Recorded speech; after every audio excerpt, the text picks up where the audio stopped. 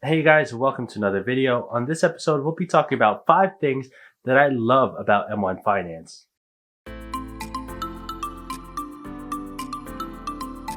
Hey guys, welcome to my channel. If you're new here, I'm Romel, and on this channel we talk about all things related to finance, investing, and building wealth.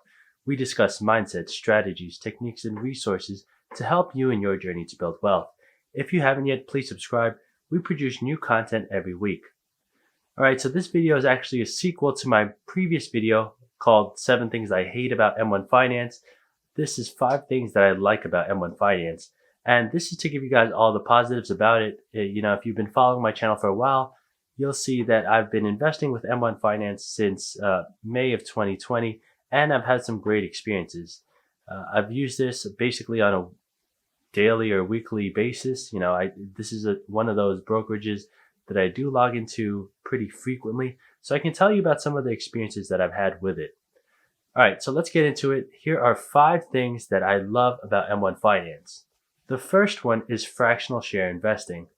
If you don't know what fractional share investing, it's basically investing in a company based on the amount of money you want to put in. So for example, let's say you want to buy a stock or a company whose shares are worth $100 for 1 share. To buy 1 share of a company, you'd have to invest $100. But with fractional share investing, you're able to invest whatever money you want into that company. So let's say this week I only want to invest $20.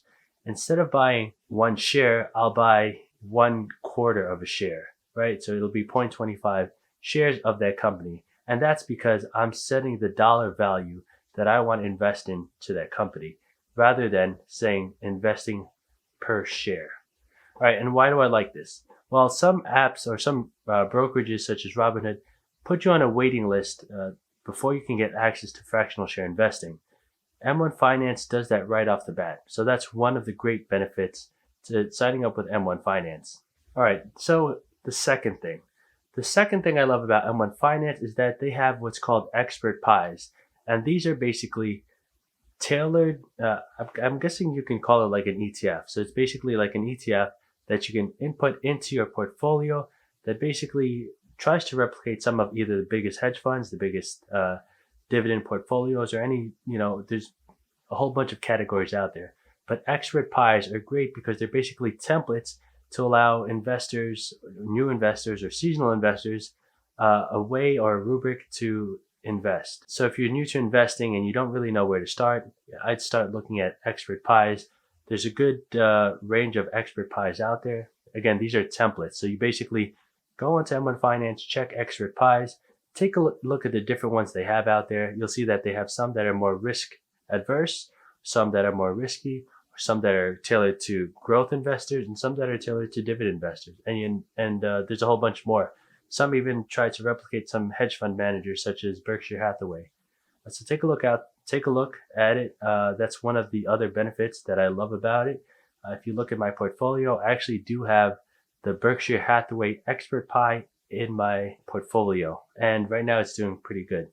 An Expert Pie is basically a whole bunch of companies that's basically put into 1 share or 1 stock. And you basically insert that stock or that pie into your portfolio, and when you invest money, it automatically divvies it up for you. All right, and the third thing I like. So let's say you don't want to do expert pies, you want to make your own. Or if you want to replicate a certain ETF, but you don't want the exact same. Basically, what I like about M1 Finance is that you can make your own pies, or basically make your own ETFs.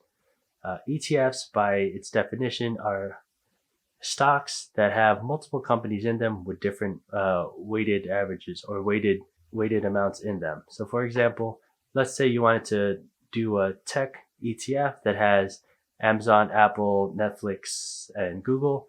You can set those 4 into a pie and have them each equally weighted. So if there's 4 companies, each have them worth 25% of that pie. And once you deposit money, it'll automatically do it for you. There are 2 caveats to this. One is that if you looked at my other video, M1 Finance actually has a 100 holdings limit. So if you're trying to replicate some of the other ETFs out there, you actually won't be able to do that because of the restriction. to the amount of holdings you can have. Most ETFs have over 100 companies in them. So if you're looking to replicate some of those, then you won't be able to. But if you're looking to just, make your own ETF with 10 companies, then that's something you certainly can do.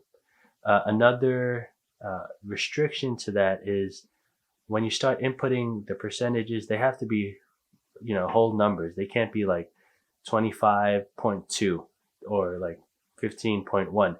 They have to be 25 and 15. So if you're looking to, set your percentages for your pies or your ETFs, then you have to use whole numbers. All right. The fourth thing that I love about M1 Finance is that I myself, as an investor, am a long-term holder. I'm a dollar cost averager. I'm a buy and hold type of guy. And this works very well with M1 Finance. And that's because I'm not doing, a crazy amount of trades or activities in M1 Finance. I'm basically setting my portfolio. I'll do a couple of corrections maybe throughout the year if there's like some companies that I want to add into my portfolio. Like most recently, if you look at my September 2020 M1 Finance recap, you'll see that I actually added Snowflake to my portfolio. But other than that, this portfolio is pretty stable. I'm not going to make any major changes. So what I like, and the fourth thing that I like about it, is that it automatically buys the shares for you. All right, so what that means is that every week I have a recurring deposit of $100 into my M1 Finance account, and it basically divvies it up, proportionally amongst all the companies I have in there and automatically buys them for me. That takes a lot of the work out of it. I literally just set it and forget it.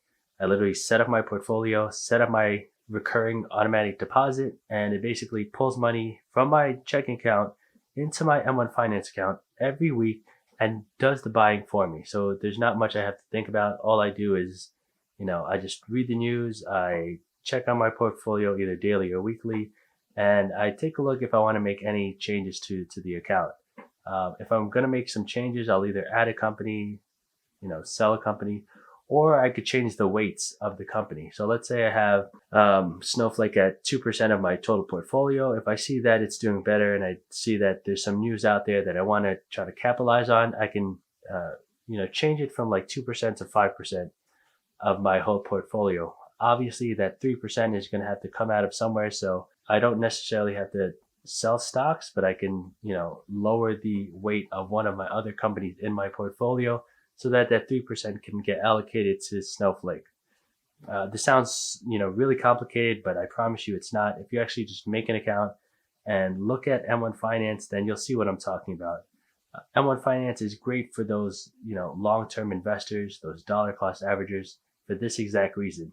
If you're gonna, dollar cost average into a company, then that's exactly what you do with M1 Finance when you do this recurring deposit every week. All right, and the final thing I love about M1 Finance is I think what makes them different than some of the other brokerages out there. If you're investing in index funds, then you have the DRIP that you can enable. DRIP is Dividend Reinvestment Plan, DRIP, and what that does is that when you get dividends issued from the share or that stock, it basically automatically reinvests it into the same stock. So let's say that, you have, let's say you have Realty Income and they issue you a dividend of $10 every month. Once you get that dividend, if you have DRIP, a Dividend Reinvestment Plan, activated, it'll basically take that dividend and reinvest it back into Realty Income, which is great because it's a way for people to basically reinvest their earnings back into their portfolio without having to think about it. And that's the same way that index funds work. They basically have DRIP automatically enabled on there, so they don't have to really think about it. There's not money or dividends that's sitting in their account as buying power because it automatically gets reinvested. M1 Finance does this a little bit different. Instead of reinvesting that back into one company, what it does is when you get dividends, it basically puts it back into your buying power. But that buying power automatically gets redistributed amongst all your companies. So what's nice about that is if you do have a lot of companies that have dividends, then it's gonna basically grow your whole holdings for all the companies you own, not just one. So if you have on another brokerage, if you have one company that's a dividend issuing company and another that's not, over time you'll have higher shares of the dividend issuing company because it's going to automatically reinvest it into itself.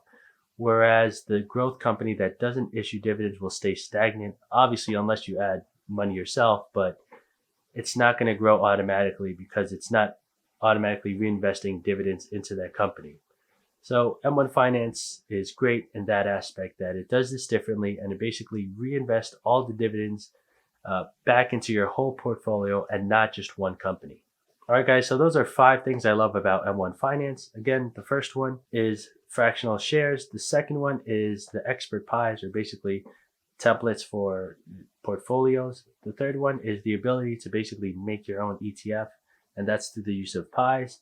The fourth one is the auto buy feature, and that's when you basically just deposit money and it automatically buys all of your holdings for you. And the fifth one, like I said, which makes this a little bit different than the other brokerages, is that instead of automatically reinvesting the dividends or the earned income into one company, it basically distributes that amongst all your companies. All right, guys, so there you have it. That's why I like M1 Finance. It works well for me as a long-term investor and a dollar cost averager. Let me know your thoughts. If you have any qualms about it, if there's something that you don't like, or if there's things that you do like that I didn't mention, let me know what your thoughts are. I'd be interested to hear about it. Yeah, if there's any other companies out there, I know Acorns does something similar. However, Acorns basically tells you investing profiles. It says risky, moderate, or conservative. We can do another video to dig into that a little bit deeper. Basically, those 3 investing profiles are basically different ETFs that they invest into. And it's not really customized in that sense. M1 Finance, you can basically do the same thing, but you have more control. So yeah, maybe I'll do a comparison video of M1 Finance versus Acorns in the future. If that's something you guys are interested to see, then let me know. All right, guys, if you're interested to connect with me on other social media platforms such as Facebook, Instagram, or Twitter, I'll leave links in the description down below as well. Also, if you haven't yet, please smash the like button to let the YouTube algorithm know that you appreciate the content we produce. And if you haven't yet, please subscribe. Your support really goes a long way into helping this channel grow and produce content. Thanks for watching, guys, and I'll see you on the next one.